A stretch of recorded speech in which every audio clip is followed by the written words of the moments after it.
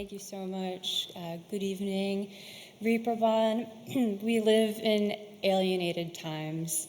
I think that this is pretty clear in part by looking around at how people listen to music today. For me, when I walk around the city where I live, which is New York City, I mostly see people walking around in their individualistic AirPod cocoons, tuning out the world around them and instead subjecting themselves to what the writer Drew Austin once called the AirPod barrier, a type of imposed virtual reality by way of our ears. In a sense, all of these listeners today are off on their own islands. When I see these people on the street, I can't know for sure what they are listening to, but it's not hard for me to imagine that many of them are streaming personalized feeds just to help them get through the day, recommendations of tracks that they are statistically likely to not hit skip on, contextualized through the promise of mood stabilization. It's an image of a world where music has become a means to individual content experiences rather than a conduit for collectivity. I'm sure many people in this room can relate when I say that I was originally drawn to music as a young person for much different reasons, because music was and is a participatory medium. At its best, music is accessible, a medium where people of all ages can learn instruments, express themselves, book shows, gather, or simply feel their experiences reflected back by a world that can often feel so harsh and isolating. At its best, music facilitates this connection. When I first started working on the journalistic research on the streaming economy in 2016, the work that eventually became the foundation for my book Mood Machine, I was really struck by how it felt like the music streaming economy was encouraging a more passive type of relationship with music, where music was being recast as generic mood or vibe-based content to boost engagement with an advertising product. Streaming companies did not invent this concept of the passive listener. In fact, the entire history of commercial radio could be viewed as a prehistory of what the music industry now calls the lean-back listener. But streaming has really championed this single mode of distracted listening, or non-listening, perhaps. It all contributes to a broader reality today where music has been devalued, not just monetarily, not just through the penny fractions musicians report being paid per stream, but also culturally and socially.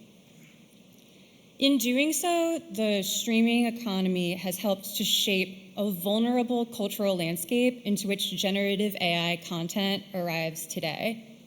It's stark to see and hear some of the same industry players who normalized the now accepted exploitative and extractive streaming model now urging the same artists to embrace this AI licensing marketplace and suggesting that there is opportunity in what is so clearly and aggressively an anti-art business regime, where work will be devalued further as training data for a system that has no interest in music survival or no interest in anything other than accumulating capital.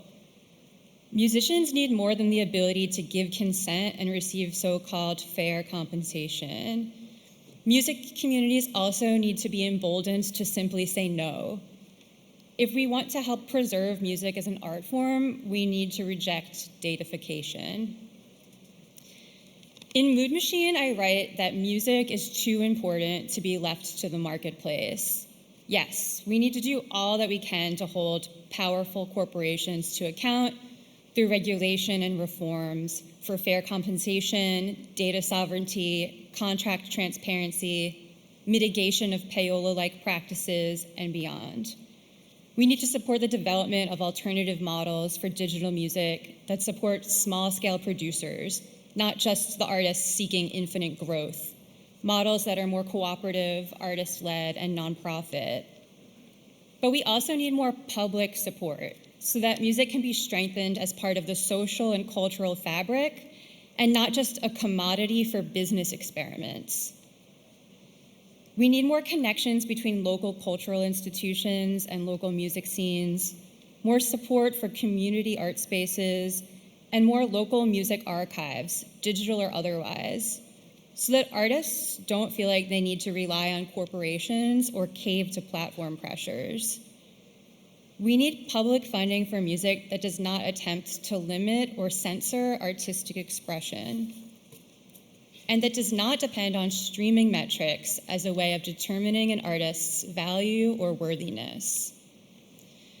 We need to do everything we can to clarify and protect all of the different types of value and meaning that music brings to our lives and societies. The value of music can be hard to quantify, but it is not just economic value.